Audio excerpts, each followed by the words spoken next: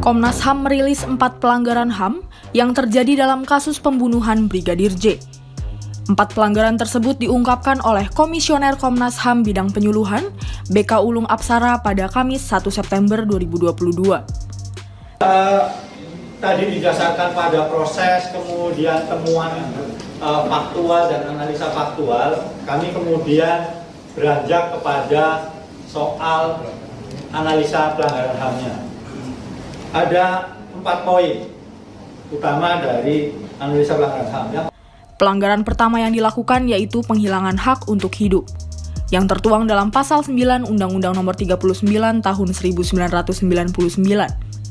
Diketahui, para tersangka yang melanggar hak untuk hidup ini telah ditetapkan, yakni Ferdi Sambo, Baradae, Bribka RR, Kuat Ma'ruf, dan Putri Chandrawati. Pelanggaran kedua, yakni hak memperoleh keadilan, yang terdapat dalam Pasal 17 Undang-Undang Nomor 39 Tahun 1999.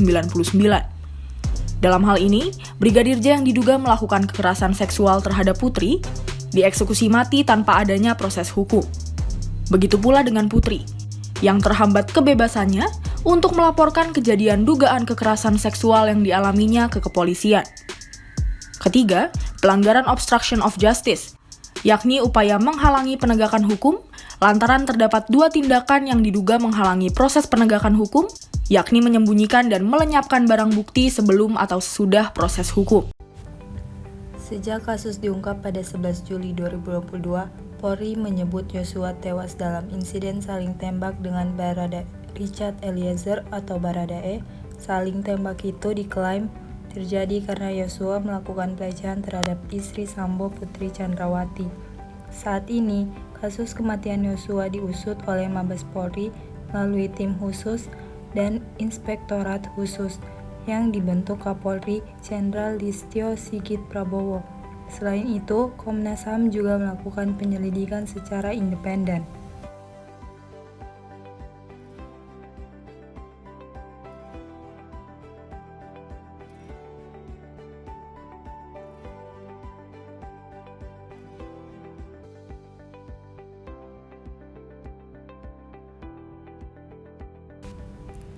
Brigadir Yosua disebutkan tewas dalam insiden saling tembak dengan Baradae di rumah dinas Sambo pada 8 Juli 2022 pukul 17.00. Namun kasus penembakan itu baru diungkap ke publik pada 11 Juli 2022 atau 3 hari setelah kejadian.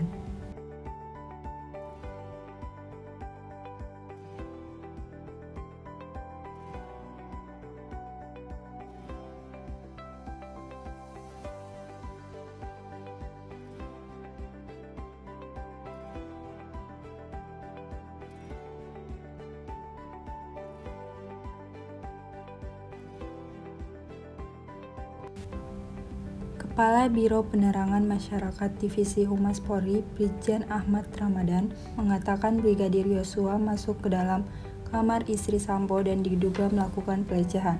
Menurut Ramadan, istri Ferdi sempat berteriak sehingga Baradae yang berada di lantai 2 pun mendengarnya.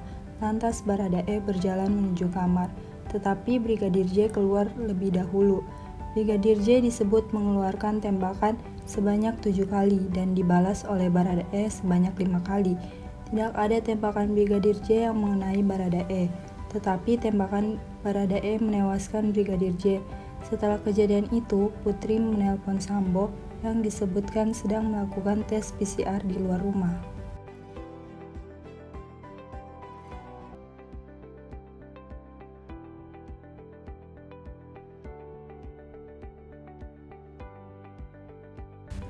Kematian Brigadir J dilaporkan sebagai dugaan pembunuhan berencana oleh keluarga ke Barreskrim Polri.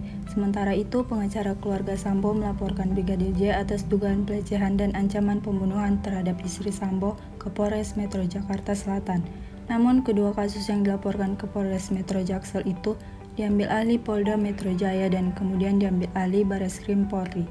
Beriringan dengan itu, Kapolri Jenderal Listio Sigit Prabowo membentuk tim khusus yang dipimpin Wakapolri Komjen Gatot Edi Pramono untuk mengusut kasus tersebut. Belakangan Kapolri juga membentuk inspektorat khusus yang dipimpin Irwasum Polri Komjen Agung Budi Marioto untuk mengusut dugaan pelanggaran etik.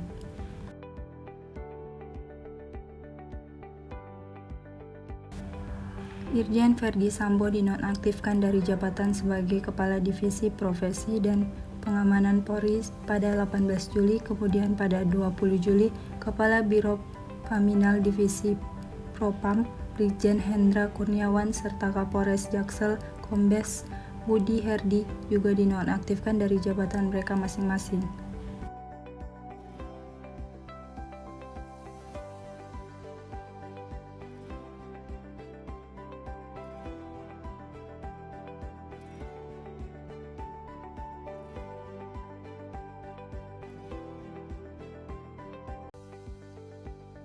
Pada 27 Juli, tim sus melakukan otopsi ulang jenazah Brigadir J sesuai dengan permintaan keluarga. Otopsi dilakukan di RSUD Sungai Bahar Jambi. Otopsi dilakukan oleh tim dokter forensik yang terdiri dari Perhimpunan Dokter Forensik Indonesia, Rumah Sakit Angkatan Darat Gatot Subroto, dan Pusdokes Polri. Rabu 3 Agustus 2022, Baradae jadi tersangka. Tim sus menetapkan Baradae tersangka kasus penembakan Brigadir J di rumah dinas Verdi Sambo pada Rabu tanggal 3 bulan 8. Polisi mengatakan tembakan Baradae bukan bentuk membela diri.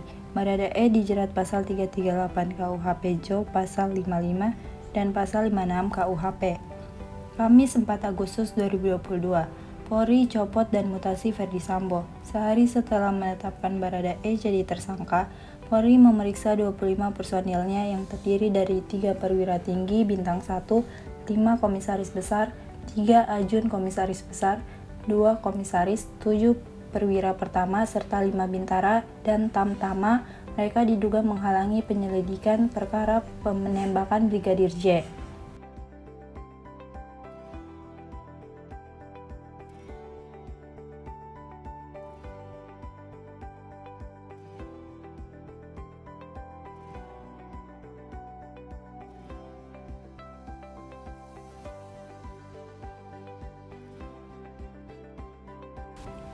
Selanjutnya, sejak Sabtu tanggal 6 bulan 8, Sambo ditempatkan di Makobrimob Kepala 2 Depok selama 30 hari. Ia diduga melanggar kode etik karena masalah ketidakprofesionalan dalam olah tempat kejadian perkara penembakan Brigadir Yosua. Sambo diduga mengambil dekoder kamera pemantau atau CCTV yang ada di sekitar rumah dinasnya, tempat Yosua tewas ditembak pada Minggu tanggal 7 bulan 8. Istri Sambo, Putri Chandrawati, untuk pertama kalinya hadir di hadapan publik saat akan menjenguk suaminya di Makobrimob. Ia hadir bersama kuasa hukumnya Arman Hanis, namun keinginan Putri belum dapat dipenuhi pihak Makobrimob.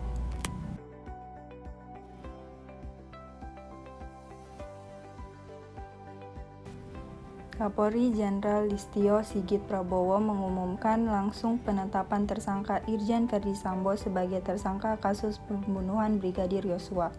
Verdi ditenggarai memerintahkan Barada Richard Eliezer yang sudah ditetapkan sebagai tersangka untuk menembak Yosua.